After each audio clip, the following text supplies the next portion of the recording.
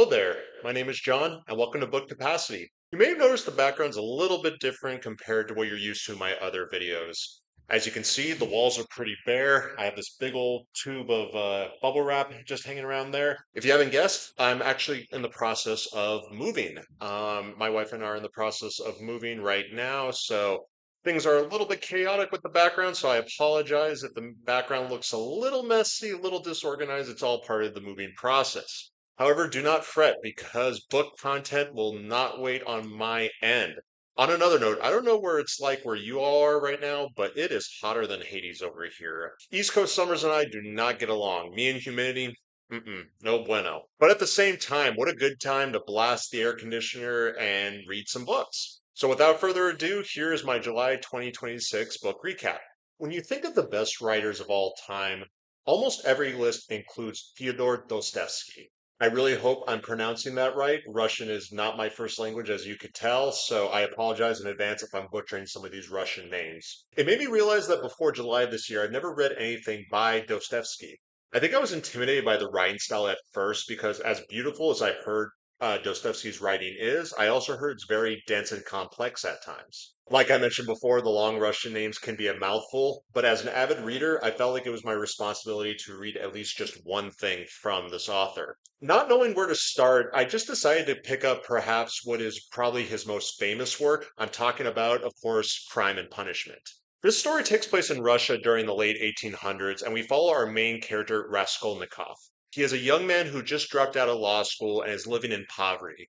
His mother writes him a letter saying that his sister is going to be marrying a man mainly to secure financial security for the family. This financial security is something Raskolnikov cannot provide, and as a result, he gets upset with the news that his sister is going to be marrying this man. Raskolnikov has this philosophical belief that there are ordinary people, those who conform to society and have to obey the social contract, and then we have extraordinary people who are morally superior and are able to commit crimes for the greater good to create this sort of new vision for society where new norms are going to be rewritten. Raskolnikov thinks he's one of these extraordinary people, but to confirm whether he is or not, he comes up with this really sinister plan. He sees this old pawnbroker as someone who takes advantage of people's desperation and believes the world would be better off without her and that her wealth can be better served somewhere else. So one day Raskolnikov goes up to see this pawnbroker and murders her and tries to snatch up some of her valuables. He also murders her sister, who was not the target of his original plan, but she was just kind of in the wrong place at the wrong time, unfortunately. You might be thinking, John, you just spoiled the plot. Not really. These events take place within the first 100 pages of the book, and the rest of the book deals with the aftermath of these murders. This is such a haunting, dark book. Dostoevsky paints such a chilling description of St. Petersburg in the 1800s, from dark taverns, narrow, cramped living quarters and offices, and just this melancholy nihilism amongst some of the characters taking place in the book. You have a former official who has drunk his family into financial ruin. You have a nobleman who has done some shady, unhinged things with no remorse. What is more haunting is seeing how the aftermath of these murders affects Raskolnikov psychologically. In a way, he's in this state of purgatory that he himself created. He feels like he is slowly descending into madness. He cuts himself off from his mother and sister, his sole friend, and acts erratically in public, which leaves a lot of people scratching their heads. It was really haunting to read Raskolnikov's descent into madness, and some of the descriptions of his mind being consumed by guilt and paranoia is just bone chilling. Some of the most bone chilling things I've ever read as the walls are slowly closing in on him. In this book, he becomes friendly with a woman named Sonia. Sonia's father was the former official I mentioned earlier who drank himself and his family into ruin. Sonia has to resort to prostitution to provide for her struggling family. Sonia is still committed to her faith in God and the Christian values. You see the clashes of this between Raskolnikov's worldview versus Sonia's. I do not want to spoil too much more of the book, but I think the ending wraps up everything in a really fitting bow. I will say there's an epilogue that gives you a glimpse of what happened after the ending of this book, but I will say that the epilogue has a very divisive feeling amongst the readers. Some people like the epilogue, some people do not. It does not change how I feel about the end of the book, but I just want to give you a heads up if you decide to read it. I will say this book is quite challenging to read at times. It drags at times, and there were moments where I really had to push myself to the finish line to get through this book. It is not an action packed thriller either. The writing is beautiful, do not get me wrong, but I can see how this is not everyone's cup of tea as far as style and description. Yet, I really enjoyed reading this book. What I found most interesting was how much this book challenged my beliefs in human morality and the meaning behind the actions people take. Raskolnikov was such a complex character. Obviously, I do not condone the murders or his at times snobby attitude. However, there were moments where you feel like he is not this evil monster because he does demonstrate these good deeds and intentions throughout the book as well. It's almost impossible to have a black and white opinion of Raskolnikov in this book, which I found very fascinating because when you think of a murder, you automatically think of a bad person. Not saying that he's a good person, but it's not this black and white picture that normal stories will let you paint. Overall, I am glad I read this book, and it makes me want to read more Dostoevsky down the road. I can see why this is a classic, and I encourage anyone who is a fan of good literature to give this a try. Do not be afraid of this book. It is challenging at times. It is a clunker. I think, yeah, about 600 pages. But the rewards that this book give you are so worth it. Give it a try. You won't regret it. Really good book. Imagine you're an Afghan war army veteran living in Key West, Florida, where you run charters out of your own boat. Then one day you're approached by a random Miami lawyer named Carlos at a bar. This is not just some ordinary lawyer, though. He is known for his deep involvement with some anti-Castro groups and proposes this grand plan. Plan seems simple enough. Carlos wants our army veteran, who goes by Mac, to charter his boat for a fishing tournament taking place on Cuba on behalf of his clients, Sarah Ortega and Eduardo Velasquez, while offering him generous compensation.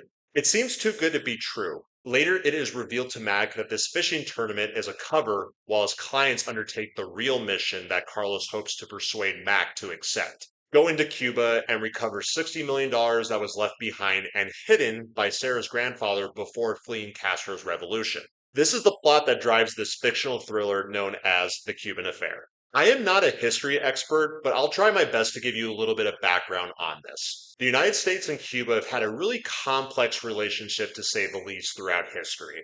Although Cuba is an independent country, the US has had a lot of influence in Cuban affairs, especially when it comes to their business interests in the early 20th century. The Cuban government was essentially a corrupt dictatorship under the Batista regime, but the United States turned a blind eye to this because the Batista regime protected the US's economic and anti-communist interests in the region. This all changed in 1959 when Castro and his communist guerrilla movement took over the country. This book takes place in the mid 2010s, around the last years of the Obama presidency. During this time, Havana and Washington were trying to normalize relations. This created an ideal environment for our characters, Mac and Sarah, to travel to Cuba to undertake this mission. But it also created a heightened sense of urgency to find Sarah's grandfather's hidden money, over the fear that the money will eventually be found if both the US and Cuba continue to normalize these relations. Sarah and Mac traveled to Cuba through an authorized tour group. Although relationships between the US and Cuba seem to be improving at this time, there was still a lot of suspense and tension throughout the air. Mac is warned of the dangers of wandering around unauthorized places around the country, how some civilians were informants for the Cuban police, and stories of foreigners saying the wrong thing and ending up imprisoned or disappearing. You are exposed to the harsh conditions of the country that add to the difficulty of the mission. Most of the Cuban people are impoverished and must rely on food rations. There's no reliable Wi Fi or cell phone reception. There's gas shortages. The infrastructure has fallen apart. As a fellow Cuban, you sense how meaningful this mission is for Sarah and her team. You learn how well off Sarah's family was before the revolution and how she dreams that one day she can return to Cuba and many other Cuban exiles who were affected by Castro's rule can either return home or finally get the justice that they deserve. This is such an action packed read. The mission Sarah and Mac undertake in Cuba leaves you in suspense throughout the book because, as we all know, no mission of this caliber ever goes exactly as planned. I really enjoyed these characters. Sarah is passionate, smart, and devoted to what she believes in. Mac is calculated, blunt, and his humor is criminally underrated throughout the book. So many times when Mac was talking, I was just chuckling along the way. There's also some side characters that bring some richness to the book, like Mac's first mate who goes by Jack. He is a Vietnam veteran, he's hilarious, and plays a big role in the mission too. I do not want to spoil the outcome of the mission, but a lot escalates, especially towards the end. Another reason I would say to give this book a try is it is really easy to read and fast paced for the most part. like 430 pages, but it goes by super quick. One last thing I will say is this book was recommended to me by a good friend. I always love it when someone recommends a good book for me. So if you're listening to this, thank you, Ryan, for recommending this book. It was one hell of a book. It did not disappoint, and I hope you all take the time to read this book too. Action packed, funny, thrilling, all at once. What more can you ask? Go ahead and give it a try. If I had described this book, I would say that this is a dark academia, Breakfast Club, Dead Poets Society, fever dream type of book. I'm talking about The Secret History by Donna Tartt. The main protagonist is a young man from California named Richard who is attending a small fictional college in Vermont. Richard runs into this tight knit group of students who study ancient Greek under this enthusiastic professor called Julian. In this class, you have Henry, Francis, Charles, Camilla, and Edmund, who goes by the nickname Bunny. These group of students seem to be in their own world compared to the rest of the college around them. Unlike your typical mystery thriller where you try to discover what happened, the story is told from Richard's account from 2 points in time. He shares his tale as he is living through the events as they happened, but he is also looking back at these events years later. Richard has this yearning to belong and is ultimately accepted into the group's inner circle. Richard's life becomes absorbed into this world that this group of students created and live by. These group of students are intelligent for the most part, obsessed with ancient Greek philosophy and ideals, to say the least. This ultimately leads them to experiment with these practices in a way that tests the boundary between genuine curiosity and violating the social contract. Murder. This leads us to discover early on that one of the main characters, Bunny, is murdered by his friends and fellow classmates. This book hooks you in with suspense of discovering the motive to Bunny's murder and how the characters deal with the aftermath of this murder. Holy crap, the experiences these characters go through is just really, really intense. Lots of heavy themes and escalation of actions by these characters. Not gonna lie, these characters do a lot of shady things, yet these character stories that they brought to the book is just brilliant chef's kiss. You get these twin characters, Charles and Camilla, who have a dark history, and one descends into this haunting spiral that just left this really just unpleasant feeling in my bones. Bunny was a fascinating character as well that you learn throughout the book. Henry is one of those characters that's just gonna stick with me for a while just because of the impact he had on the story itself, especially the ending. Despite being the main narrator, Richard is not what I would call a star character compared to some of the other characters in this book. However, Richard and the rest of the students yearn for this sense of belonging, community, and they make us think of other themes like isolation. Donna Tartt's writing in this book is what I would imagine it must have been watching Michelangelo paint or someone watching Babe Ruth up to bat for the first time. I was surprised that this book has a lot of mixed reactions amongst its readers. I can understand that the style and plot is not everyone's cup of tea. It is not a flawless book by any means, but I don't know. I thought this was a really good book compared to like the very divisive feelings I read online regarding this story. I found it fascinating and worth my time. The ending and epilogue, all I could say is just wow. The world is just a better place because of Donna Tartt's writing. Go ahead and check this book. You're not going to be disappointed. It is really just beautifully well done. Imagine that you're not well off economically and end up fighting in one of the most intense, bloodiest wars in history known as World War One. After your service, you learn that a relative has not only passed away, but has left you not one, but two houses unexpectedly. This is you, you are Danny in John Steinbeck's book, Tortilla Flat. Tortilla Flat takes place in the coastal town of Monterey, California during post-World War One America. We follow our main character and new owner of two homes, Danny, and his group of carefree friends. Danny and his friends are Pasanos. I really hope I pronounced that right. Pasanos are basically people who have mixed blood of Hispanic, Native American, and Caucasian all blended together, and they live in this fictional neighborhood called Tortilla Flat that is located on top of a hill above Monterey. Despite Danny's economic status, he is not really interested in the responsibility of being a homeowner. It seems like Danny is only interested in ensuring that he has enough food for himself, a place to sleep, and wine. Lots and lots of wine. This leads Danny to invite his friends to live with him, and they form this kind of unorthodox community. You have Danny, Pilan, Pablo, Big Joe Portuguese, and Jesus Maria Corcoran. I know I totally butchered some of those names. Please don't judge me. If I had described Danny and his friends, I would say they live life by their own rules and kind of go against the grain of society's norms. They spend most of their time telling stories, bickering against one another, and occasionally getting into a little trouble while sitting around just getting wine drunk. These characters drink a lot, and what I mean by a lot, I mean a lot. Based on my description early on, some of you probably are thinking that these characters are just lazy, good for nothing drunks who do no good. They have flaws, do not get me wrong, but I would argue despite their unconventional lifestyle, they genuinely care for one another. Throughout the chapters of the book, it describes instances of the characters showing genuine concern and wanting to help others. They care for a friend who is sick, trying to figure out ways to get wine for everyone, and rescuing someone in need. These group of friends are loyal to one another despite all the times that they bicker and the economic hardships that they all face together. Tortilla Flat is essentially a telling of these moments amongst the friends. There's no conventional plot, I would say. If you read Canterbury Row by John Steinbeck, I would say it's very similar to that, where there's no structured plot per se. It's more just like this collection of stories amongst different characters. For example, one chapter we could be following Pilan and what he's up to. The next chapter we could be diving into the world of Danny and his adventures. The good thing about this book is you can enjoy the ride for the most part and try not to focus on too much details to understand the overall, theme of the book. I would describe it as just an overall fun ride to buckle up to.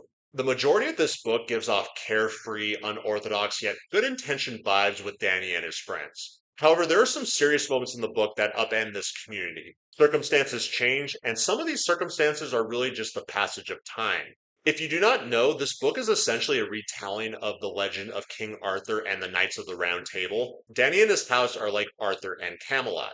His friends are like the Knights of the Round Table. Instead of searching for the Grail, his friends go on these different variety of side quests. These quests could be something as funny as just trying to get a big jug of wine, or it could be serious in helping a friend in need. Like how knights and kings live by a code of honor, Danny and his friends live by a moral code of friendship, loyalty, sharing what you have, and hospitality. In a way, they're kind of creating this somewhat utopia. We also learn that unfortunately all good things must come to an end sometime. For King Arthur, it was the end of Camelot, and for Danny, it was the end of his unorthodox community amongst Tortilla Flat. Without spoiling the ending, everyone seems to slowly go their separate ways in a very bittersweet way. It made me reflect on change and life a lot. How change in life is pretty much inevitable, no matter how many good or bad things happen to you. Overall, this book made me reflect on other themes too, like honor and heroism.